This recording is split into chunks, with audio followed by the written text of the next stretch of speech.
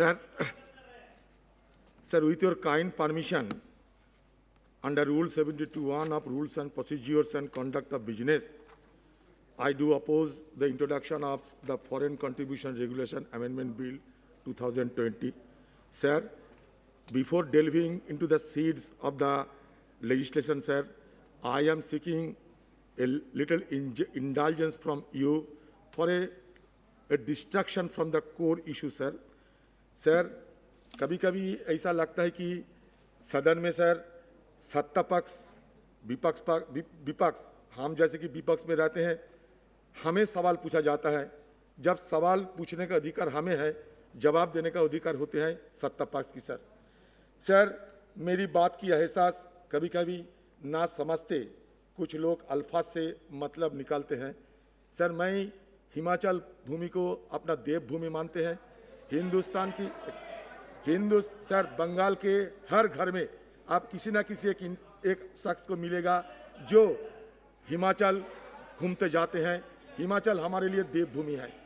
लेकिन सर आप जब ये फैसला लिया था कि कुछ बातें निकाला जाए रिकॉर्ड से, मैंने तुरंत कहा कि सर आपका फैसला है। लेकिन सर मेरे खिलाफ भी किस तरीके की बात कहा गया कल, ये भी आपको थोड़ा ध्यान में लाते हैं। मेरे कहा गया कि मैं एक मिनट आपने जो इश्यू डाला है मैं सर एक मिनट सर मेरे खिलाफ ये कहा गया कि मैं सीरियल ऑफेंडर हूं। सर मैं ऑफेंडर नहीं, मैं डिफेंडर हूं। Defender of the nation, defender for the sake.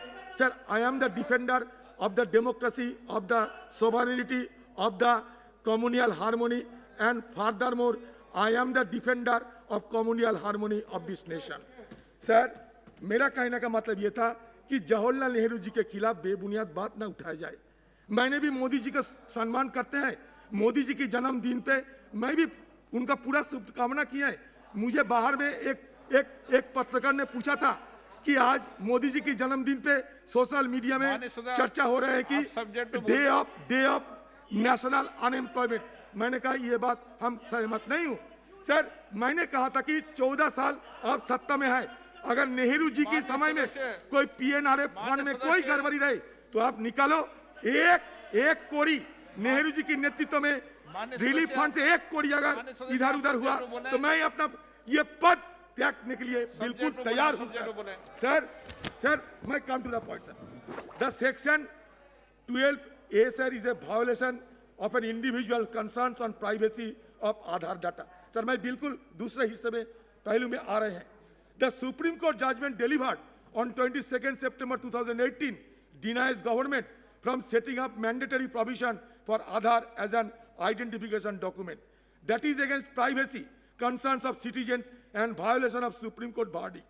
Supreme Court bench chaired by Justice Deepak Mishra said it is mandatory only for IT returns and PAN card allotments. In other cases, Supreme Court had even struck down the national security exception under the Aadhaar Act, reiterating the importance of data privacy by restricting government from accessing it. But Section 12A demands Aadhaar as a mandatory requirement for identification. Secondly, sir, the arbitrary and unreasonable provision are still existing in the bill, such an example of Section 5 of FCRA, which confers the power upon the central government to declare any organization to be an organization of political nature. This is contrary to the spirit of promoting the foreign contribution and a regressive towards democratic principle. Government can term an organization political and prohibit an organization from receiving foreign contribution if they try to respond in a political issue or dissent. This provision can be used as a tool to eliminate voices of dissent, which is part and parcel of democracy. Current amendments are made in order to confine unnecessary power in the hands of government and as a tool to suppress the opposition voices.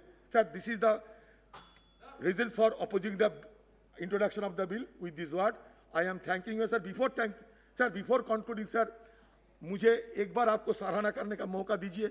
आज जिस ढंग से sir आपने विपक्ष को मदद किया sir, ये सर आपकी जेनरोसिटी सर, ये आपकी उदारता की सर, ये सबसे बड़ा सबूत बन गए है सर।